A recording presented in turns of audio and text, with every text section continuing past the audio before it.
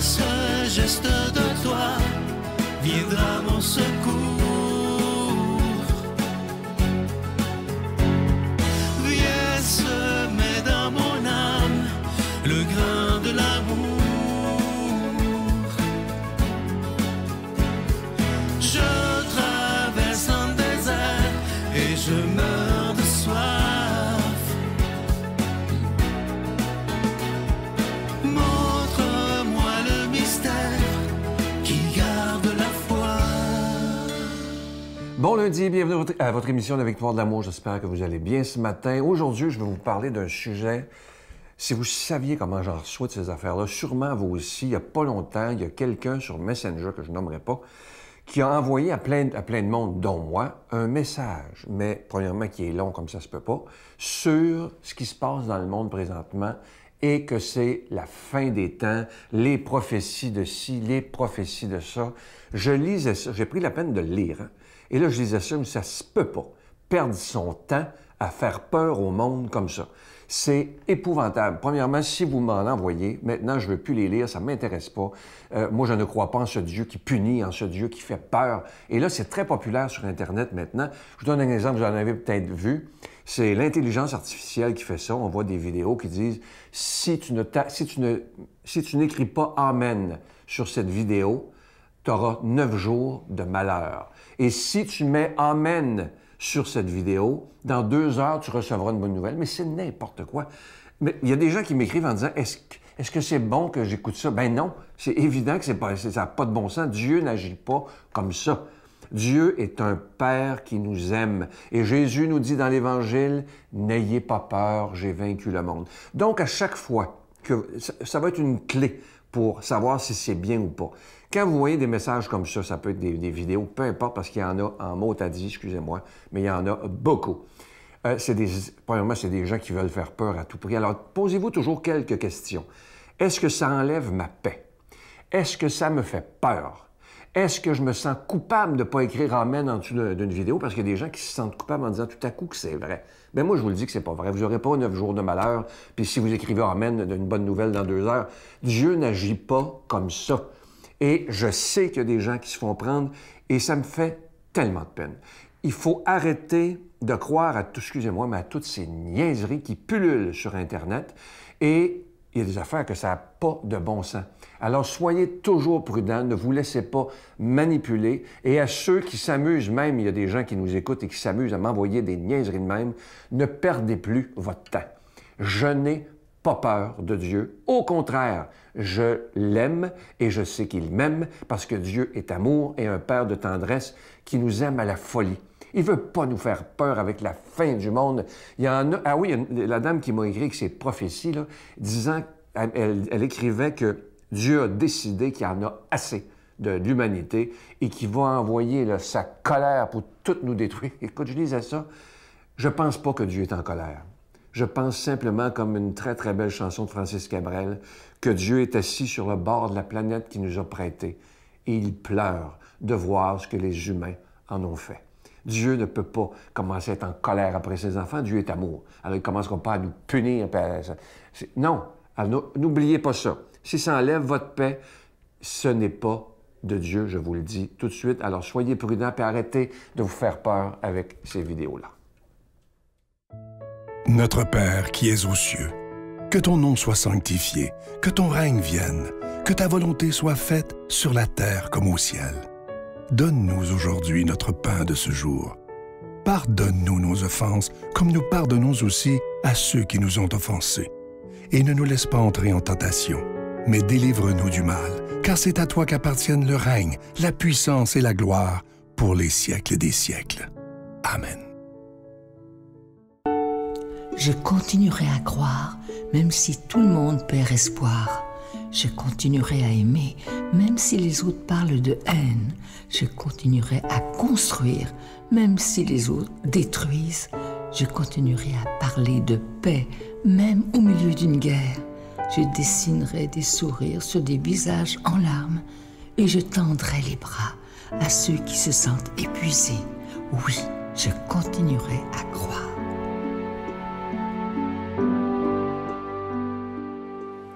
Encore une fois, je suis heureux de vous parler de ce magnifique cadeau du mois. Il est de toute beauté. C'est un bracelet, une belle exclusivité de la Victoire de l'amour. Il est en cristal et vous voyez les petites croix, c'est en pierre d'hématite et ce bracelet, il est déjà béni. Il est autant pour hommes que pour femmes et il est ajustable. Je vous rappelle que vous le recevrez avec un don de 25 $ et si vous en voulez deux, avec un don de 40 $ et vous recevrez également un reçu pour fin d'impôt. Merci de tout cœur de donner des mains à la Providence parce que cette émission, c'est grâce à vous. Si elle existe, c'est pas grâce à moi ou aux gens de l'équipe. C'est vraiment vous qui décidez, mois après mois, de dire, bien moi, je vais prendre un petit montant pour aider la Victoire de l'amour afin que cette émission puisse continuer pendant encore des décennies. C'est mon rêve, évidemment, et je suis sûr que c'est le rêve de Dieu, qu'on puisse parler dans les temps modernes qu'on vit, mais les temps surtout très difficiles, d'annoncer ce Jésus qui est prince de la paix et qui est prince de nos cœurs, je l'espère. Merci de donner des mains à la Providence. Je suis dans une grande gratitude et voici comment vous procurer le cadeau.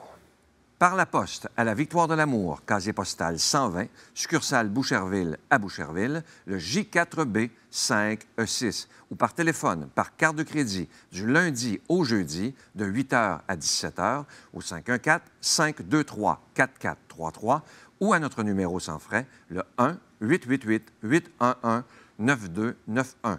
Également sur notre site Internet, le www.lavictoiredelamour.org. Avec votre don, vous recevrez aussi un reçu pour fin d'impôt. Merci de donner des mains à la Providence. Merci d'investir dans votre foi.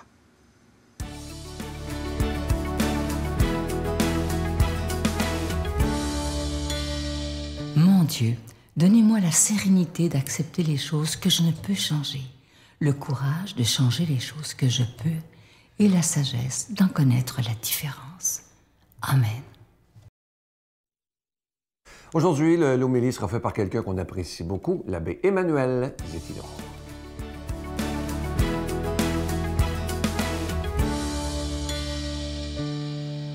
Que la joie du Seigneur soit avec vous. Dans l'Évangile d'aujourd'hui, on demande un signe à Jésus. Un signe concret. On veut voir, on veut comprendre. Et dans la Bible, quand on parle de signes, c'est souvent des signes qui viennent du ciel. Et ici, le Seigneur va dire, bien, vous avez déjà reçu un signe. Ce signe, ça a été Jonas. Jonas qui, dans la baleine, a vécu 3 jours, 3 nuits, et qui, après ça, est revenu justement à la vie. Alors, quand on voit cet exemple-là, c'est sûr qu'on doit faire un parallèle avec Jésus, justement, qui sera 3 jours au tombeau, et qui, après ça, va ressusciter. Mais le signe de Jonas, avant tout, ça a été pour la ville de Ninive, justement, ce signe de conversion. Ils ont été appelés, ils ont reconnu le signe, et c'est là où ils entrent dans cette vie de conversion. Également, Jésus va parler d'un autre signe. Il dit, regardez comment la reine de Saba, elle est venue pour écouter la sagesse de Salomon. Comment est-ce que de au loin, elle a fait l'effort parce qu'elle a vu que dans la sagesse de Salomon, il y avait quelque chose de plus. Et c'est dans cette réalité que le Seigneur plonge ceux qui veulent un signe. Parce que c'est facile parler de choses extérieures qui viennent vers nous. Mais ce qui est difficile, c'est d'accepter justement de vivre des conversions pour pouvoir être un signe pour les autres. Et c'est ça que le Seigneur veut, être capable d'être des signes pour les autres. Et c'est là où nous avons un effort concret à faire, chacun d'entre nous. Parce que le message du Seigneur, finalement, il est révélateur d'une mission. Et je pense qu'on peut se poser la question, comment est-ce que je suis un signe de conversion pour les autres? Comment est-ce que je suis un signe d'amour pour les autres? On peut le voir de différentes manières. Je pense qu'une des premières choses à voir, c'est où le Seigneur m'envoie. Donc, quand nous voyons où le Seigneur m'envoie, que ce soit dans la famille, que ce soit au boulot, que ce soit avec les amis, que ce soit dans n'importe quel lieu où on gravite, de voir les besoins qu'il y a, de voir quelles sont les carences qu'il y a et comment est-ce que Dieu est capable de remplir ces besoins. Comment est-ce que moi, je peux être un instrument pour que le Seigneur puisse justement traverser le tout et venir au milieu de ce milieu. Alors, si vous voyez, par exemple, que dans la famille, il y a de la difficulté à pardonner, si vous voyez qu'il y a des situations où des personnes ne se parlent pas, comment, comme dit saint François, pouvons-nous être des instruments de paix, des instruments de réconciliation? Comment est-ce que nous pouvons faire notre part sans rien forcer, mais dans la liberté, être porteurs de pardon et de miséricorde? Si vous voyez d'un autre côté, par exemple dans le milieu de travail, s'il y a beaucoup de jalousie, s'il y a beaucoup de compétition, comment est-ce que je peux être porteur, justement, d'un message d'harmonie, d'un message d'acceptation, d'un message de fraternité? Et oui, c'est certain que ce n'est pas évident, que ce n'est pas facile, mais en même temps, ça fait partie de notre mission. Comment pouvons-nous être des signes de conversion? La même chose arrive parfois avec les amis. Comment est-ce qu'avec les amis, on voit que, justement, à chaque samedi soir, on doit se réunir et on doit passer par quelques bouteilles pour avoir du plaisir? Comment est-ce que nous pouvons être des signes pour dire ce n'est pas seulement dans les bouteilles que l'on trouve le bonheur, mais au contraire, dans le partage, dans l'harmonie, on est capable également d'avoir du bonheur, que ça vienne de l'intérieur. Et c'est là où on devient des signes, justement, de cette présence de Dieu en ce monde. Le Seigneur nous envoie parfois, comme il est dit, comme les brebis autour des loups. C'est certain qu'on ne va pas être accepté de la première. Parfois, ça sera difficile. Parfois, on va être critiqué, on va être jugé. Mais en même temps, dans l'espérance justement de ce royaume, on continue à être des signes et à être un instrument surtout de Dieu pour pouvoir transmettre sa bonne nouvelle. Alors soyons des instruments de cette présence de Dieu dans ce monde. Et moi, je vous bénis au nom du Père et du Fils et du Saint-Esprit. Je vous salue Marie, pleine de grâce. Le Seigneur est avec vous. Vous êtes bénie entre toutes les femmes, et Jésus, le fruit de vos entrailles, est béni. Sainte Marie, Mère de Dieu, priez pour nous pécheurs, maintenant et à l'heure de notre mort. Amen.